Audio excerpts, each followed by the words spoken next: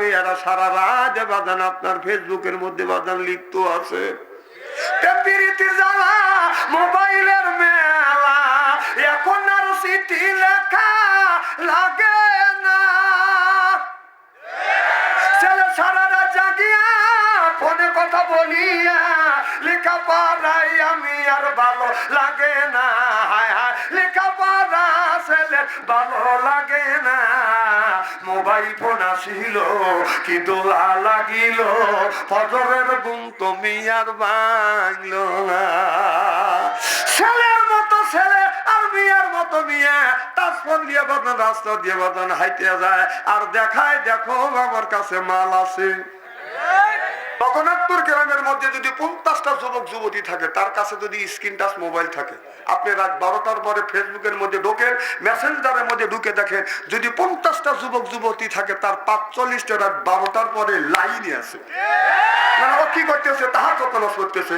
হ্যাঁ বাবা, 3টে ছেলের হাতে 3টে তাসর, 2টে মেয়ের হাতে 2টো, বাবার কাছেও একটা, বোর কাছেও একটা দিয়া লায়া বাবা মসজিদের আগার কাতারে যায় তা আপনার নামাজ পড়ে আল্লাহর কাছে হাত তুলে মনোনত করে রব্বানা ওয়াল আল্লাহ,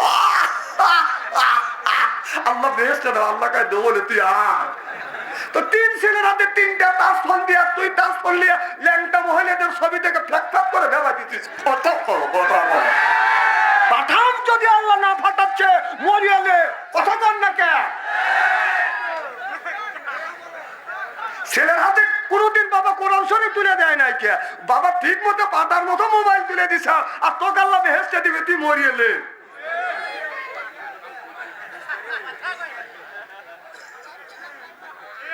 আমার ভাইরা, মুসলমান ভাইরা, আল্লাহর হাবিবের উম্মতেরা ভালো করে লক্ষ্য করুন।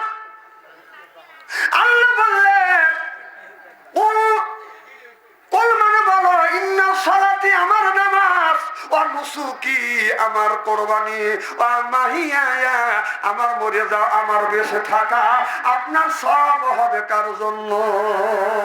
তাহলে আমার নামাজ, আমার রোজা, আমার বেঁচে থাকা, আমার মরে যাওয়া, আমার পীর মুরিদি, আমার সব হলো সবকিছু হবে বাদান কার জন্য?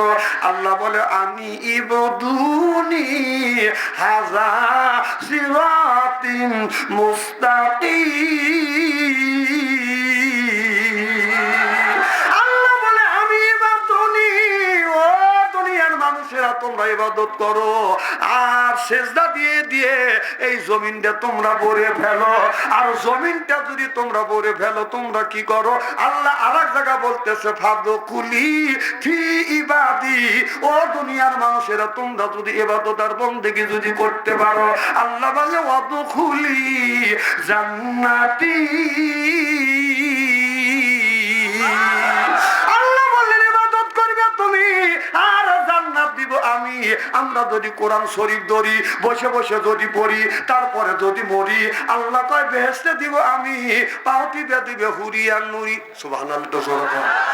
আল্লাহ বলে বান্দা কোরআন শরীফ ধর, বসে বসে পড়, তারপরে তুই মর, আমি আল্লাহ তুই কি তোমাদের পড়। কোরআন শরীফ যদি পড়ি, বসে বসে যদি পড়ি, এরপরে যদি মুখে যদি রাখতে পারি দাড়ি, ছাইয়া দিতে পারে নির্বাচনের সিগারেটের বিড়ি, আল্লাহ কয় বেহেশতে দিব আমি, পাও টিপে দিবে হুরিয়ান নুরি। সুবহানাল্লাহ। তাহলে আল্লাহ বললেন ফাদখুলি ফি ইবাদি, ইবাদত করা লাগবে কার?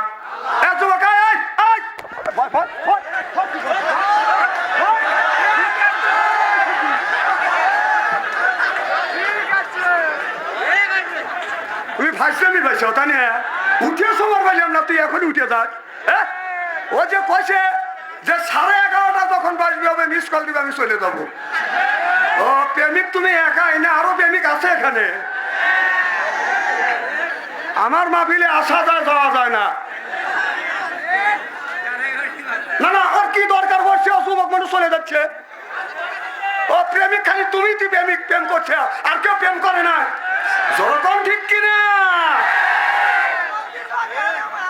কি খুব খারাপ লাগতেছে নাকি? যদি এইভাবে ঘন্টা খানে আলোচনা করি, শোনার জন্য রাজি আছেন তো? এ বাবা, আপনাদের হাতের নিচে পায়ের নিচে হাত থেকে অনুরোধ করবো, একটা ঘন্টা সময় দেওয়া। না না ঘন্টার পর ঘন্টা মোবাইলের মধ্যে এরকম আমুদে দেখো, দুনিয়ার খেয়াল থাকে না।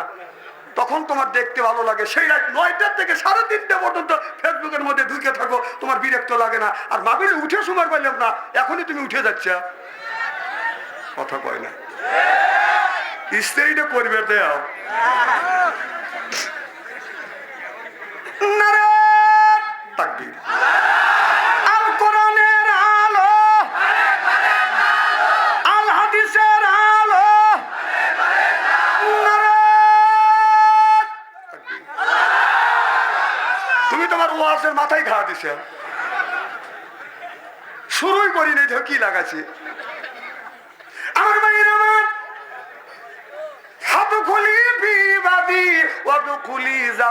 জান্নাত দিবে কে?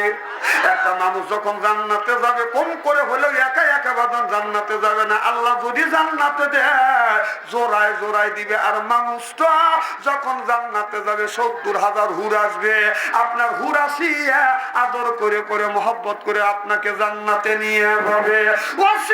মানে হাঁকা, অর্থাৎ ধাক্কা মারতে মারতে জাহান্নামে যাবে। জাহান্নামের বড় একটা গেট দেখবে, আপনার গেট দেখিয়া আল্লাহর বান্দা বসে পড়বে, এটা মনে হয় জান্নাত। রহমতের ফেরেশতারা বলবে এটা জান্নাত না, আবার ধাক্কা ধাক্কা নিয়ে যাবে বদান 2 নাম্বার গেটের কাছে। জান্নাতের 2 নাম্বার গেট দেখে মানুষটা মনে মনে চিন্তা করবে, আল্লাহ এইটা হলো আমার জান্নাত। আবার বান্দা যখন লোটা গতি নিয়ে যা আছে বাদান আপনার ওখানে বসে পড়বে। আল্লাহর ফেরেশতা চেহারা কি একবারে খারাপ নাকি? আমার দিকে সাহাবাদ উনি ওই পেলে সাহার উচিত। শোনেন, আলেম যতই কালো হোক, তার চেহারার দিকে সাহা থাকলে সগিরে গুনাহ মাফ করে দেয়। সুবহানাল্লাহ, একটু জোরে কর। এই জন্য আমার দিকে সাহা থাকতে হবে আর চুপ করে শুনতে হবে। আপনারা এইদিকে দিক তাকান, তার মানে গভীর রাত, এই রাত্রিতে আল্লাহ গুনাহ মাফ করে দিবে। সুবহানাল্লাহ। আপনারা একটা লোক সকলে এরকম একটা আঙুল তোলেন তো দেখি, হাতটা টান করেন। এবার রেডি, এইরকম থাপ এরকম বাড়ি দেন, এক লোক দিয়া সবাই দেন, সবাই দেন। এবার 2 লোক, এবার 3 লোক। মারহাবা জোরে পান। আপনাদের যে দাবাস দাবাস আওয়াজে আপনাদের শরীরের সব গুণ আল্লাহ মাফ করে দিয়েছে। সুবহানাল্লাহ, জোরে পান। নারায়ে তাকবীর। আমার ভাইরা আমার, মুসলমান ভাই, আল্লাহর হাবিবের প্রিয়ম্মতেরা, তোমরা একটু ভালো করে লক্ষ্য করে শোনো না, বলে নিয়ে তো বদন শুনতে হবে। আপনারও যখন 3 নাম্বার গেটে যাবে, আল্লাহর বান্দারা জান্নাতের 3 নাম্বার গেট থেকে বদন বসে পড়বে। আল্লাহর ফেরেশতারা বলবে না না, ওয়াসিকা, অর্থাৎ হাঁকাইবে, এটা জান্নাত না। আদর করে করে বদন জান্নাতে নিয়ে যাবে। এখন যদি বলে হুজুর আদরটা বাস্তবের সাথে